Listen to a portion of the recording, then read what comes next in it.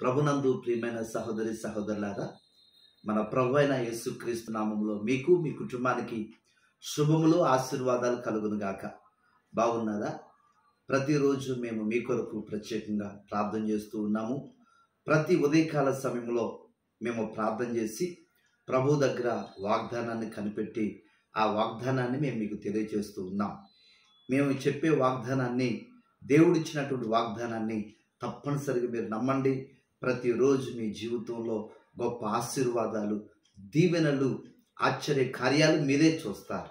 ఈరోజు దేవుడు మనకిస్తున్నటువంటి వాగ్దానాన్ని ఒకసారి నేను మీకు జ్ఞాపకం చేయాలని కోరుకుంటున్నాను.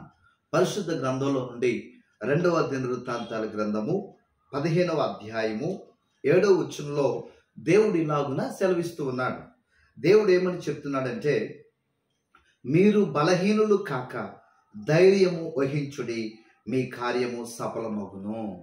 ఈరోజు బలహీనులు కాక, ఒకవేళ సమస్యలతో మీరు బాధపడుతున్నారేమో, ఆరోగ్యం బాగోలేక బాధపడుతున్నారేమో, ఎన్నో అవసరాలతో మీరు సతమతం అయిపోతున్నారేమో, దేవుడు అంటున్నాడు, ధైర్యము వహించుడి, మీ కార్యాన్ని నేను సఫలపరుస్తానంటున్నాడు దేవుడు.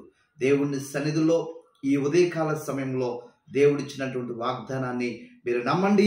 మీరు ఏమైతే అనుకున్నారో మీ పనులు, మీకున్నటువంటి ప్రతిదీ కూడా యేసుక్రీస్తు ప్రభువారు సఫలపరచబోతున్నారు.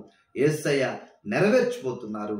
ఈ యొక్క దేవుడిచ్చినటువంటి వాగ్దానం ఈరోజే మీ జీవితంలో యేసయ్య ఈరోజు అద్భుతమైనటువంటి కార్యాలు యేసయ్య జరిగించునుగాక. ఆమేన్.